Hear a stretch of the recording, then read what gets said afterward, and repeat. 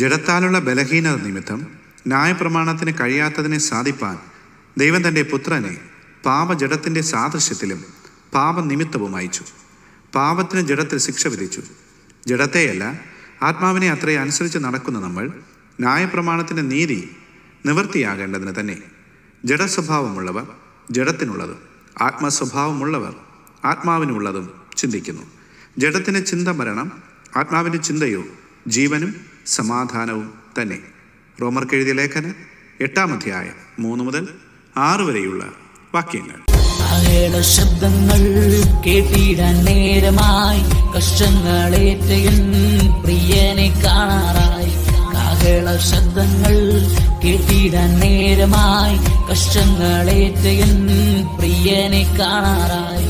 എന്നു നീ വന്നിടും, എപ്പോൾ നീ വന്നിടും, എത്ര നാൾ നോക്കി ഞാൻ